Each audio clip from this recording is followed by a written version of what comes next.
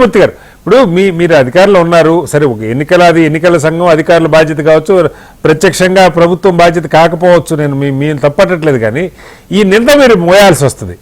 కలెక్టర్లు సీరియస్గా పూనుకొని ఈ ర్యాండమ్గా ఒక్కొక్క నియోజకవర్గంలో ఒక 2-3 బూతుల్లో ర్యాండమ్గా వెరిఫై చేస్తారన్న మాట వస్తే చాలు బిఎల్ఓలు అలర్ట్ అయిపోయి మొత్తం ఎక్కడన్నా అవకతవకలు మీరు చేయించుండొచ్చు, లేదా ప్రతిపక్షం బలంగా ఉన్న దగ్గర వాళ్ళు చేయించుండొచ్చు. నేను వాళ్ళ వీళ్ళంట్లా బలం ఉన్నోడిదే బడితని సామెత మనకుండే ఉంది. ఎవరికి బలం ఉంది, కుప్పంలో చంద్రబాబు గారు చేస్తే పులివెందులు నేను దానిలోకి వెళ్ళట్లా. బట్ ఓటర్ లిస్టు ప్రక్షాళన కావాలి. దీనిలో దొంగ ఓట్ల కంటే కూడా ఇప్పుడు పెద్దలు సంజయ్ రెడ్డి గారు చెప్పినట్టు చనిపోయిన వాళ్ళ ఓట్లు, ఆ ఇంట్లో వాడు చచ్చిపోయి 25 ఏళ్ళు అయితే ఓటు ఉంటే మనకు కూడా అవమానం కదా. వెళ్ళిపోయారు, ఈ నియోజకవర్గం నుంచి ఇంకొక చోటకి వెళ్ళిపోయారు, వాళ్ళ ఓట్లు ఉంటున్నాయి, డూప్లికేట్లు ఉన్నాయి అంటున్నారు. కనీసం వీటినన్నా వెరిఫై చేసి క్లియర్ చేయడానికి ఏమన్నా మీ నుంచి చొరవ ఉంటుందా? ఈ 2 విధాలుగా చూడాలి శ్రీనివాస్ గారు. ఒకటి, ప్రభుత్వం ఎప్పుడు కూడా చిత్తశుద్ధితో ఇవన్నీ జరగకుండా ఉండే విధంగానే అధికారులు కోరుకుంటది. ఇప్పుడు పార్టీకి సంబంధం ఉండదు. ఇది ప్రభుత్వం అధికారులు బిఎల్ఓలుగా ఉంటారు, పార్టీ ప్రతినిధులు ఉంటారు అక్కడ. అది తెలుగుదేశం వాళ్ళు ఉంటారు, మిగతా పార్టీ ఉంటే మిగతా పార్టీ ఉంటారు, వైఎస్ఆర్ కాంగ్రెస్ పార్టీ వాళ్ళు కూడా ఉంటారు. కానీ మధ్యలో ఉండేది బిఎల్ఓ. బిఎల్ఓ దగ్గర ఇది చనిపోయాడు అని చెప్పి అధికారం మనకే ఉంటది, వాళ్ళకే ఉంటది. వాళ్ళే ఒక పార్టీకి సంబంధించిన వాళ్ళు కాదు.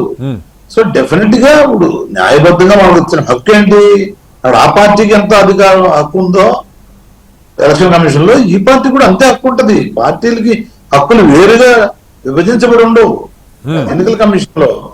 సో బిఎల్ఓ దగ్గర ఇద్దరు చూసుకొని ఎక్కడ ఎవరైతే ఇక్కడ నివసించిన వాళ్ళు ఉన్నారో వాళ్ళ ఓట్లు కానివ్వండి, మన మరణించిన వాళ్ళు ఉన్నారో వాళ్ళ ఓట్లు కానివ్వండి, ఇంకా చేర్చాల్సిన సమయం వచ్చినప్పుడు కూడా ఆ వ్యక్తి కొత్తగా ఓటు వస్తే అక్కడ ఉండి ఉన్నారా లేదా, అక్కడ లాగా వేరే దగ్గర ఉంటున్నాడా, ఆ అధ్యక్షులు అవతల పార్టీ వాళ్ళు కూడా చేయొచ్చు. వాళ్ళు ఎలాగో చేస్తారు సార్, వాళ్ళు అనుకుంటారు, వాళ్ళు చేయబట్టే కదా. ఇప్పుడు ఇక జీరో అడ్రస్ ఒకటి చెప్పారు, జీరో అడ్రస్ పేరుతో 100 సంఖ్యలో ఓట్లు చేరుస్తున్నారు, దానికి ఏం చెప్తారు? నేను అనేది అదే, దాన్ని అబ్జెక్ట్ చేయాల్సిన అవకాశం హక్కు మనకు ఉందన్నా లోకల్ గా. చర్యలు లేవుగా. ఒక ఊరు ఉంది, ఆ ఊర్లో ఒక బూత్ ఉంది, రూల్స్ బాగా చెప్తారులే, చెప్పండి. కాదు నారాయణమూర్తి గారు, వాళ్ళకి హక్కు ఉంది కానీ చేసే అధికారం లేదు. చేసే అధికారం బిఎల్ఓల చేతుల్లోనూ రిటర్నింగ్ ఆఫీసర్ చేతిలోనే ఉంటుంది, వాళ్ళు చేయట్లేదు కదా. వాళ్ళు పోట్లాడతారు, వాళ్ళు చేపిస్తే మనం పోట్లాడాలి, మేము చేపిస్తే వాళ్ళు పోట్లాడాలి. అందుకనే కదా బిఎల్ఓ పెట్టి పెట్టేది. చక్కగా నాగబాబు గారు ఎక్కడ ఎన్రోల్ చేసుకోవాలనుకున్నారు చెప్పగలిగారు. ఇక్కడ మీ దగ్గర సమాచారం ఉంది, అధికారులు ఉన్నారు కదా, వాళ్ళ దగ్గర లేదు కదా. అట్లా కాదు కదా, అది చీకటం జరిగేది కాదు.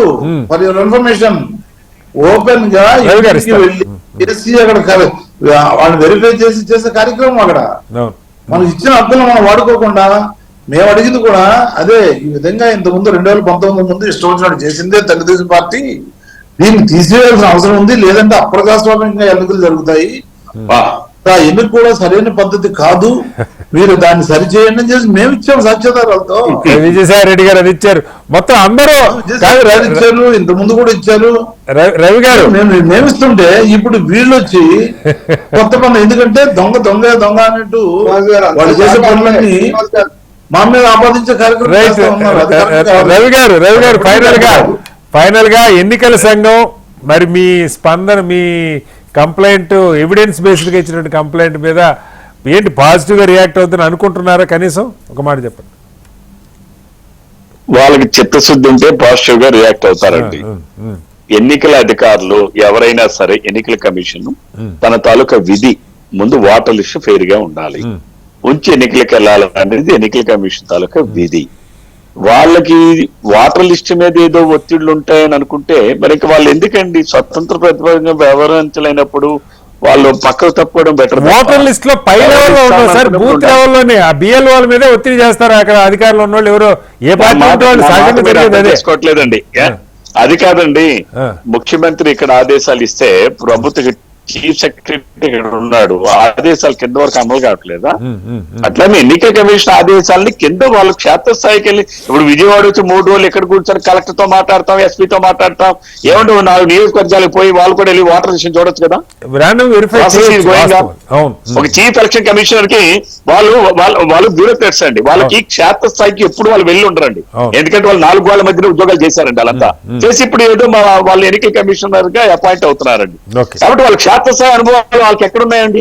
అసలు నన్ను అడిగితే నిన్న ఎన్నికల కమిషన్ కి 3 కాదండి 5 కూడా ఆయన వేసి పొలిటికల్ రిప్రజెంటేటివ్స్ కూడా అందులో పెట్టాలండి. మీరు అన్నది కరెక్ట్. వాళ్ళు వచ్చినప్పుడు ఎట్లాగో 3 రోజులు విజయవాడలో ఉండే కంటే ఏదో ఒక నియోజకవర్గంలో టక్మన్ ఒక బూత్కి వెళ్ళి వెరిఫై చేస్తే కొన్ని బయటపడుతుండొచ్చు. రైట్ ఉందా రాంగ్ ఉందా? 3 నియోజకవర్గాలకు వెళ్ళి 2 బూతులు చూడొచ్చు కదండి.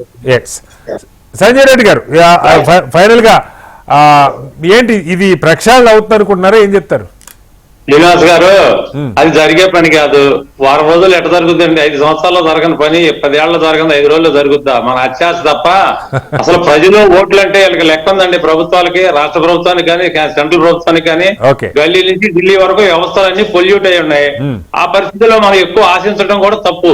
గొంగడు కప్పుకొని బొచ్చు రాలుతుందంటే ఎలాగా? రాలుతానే ఉంటది.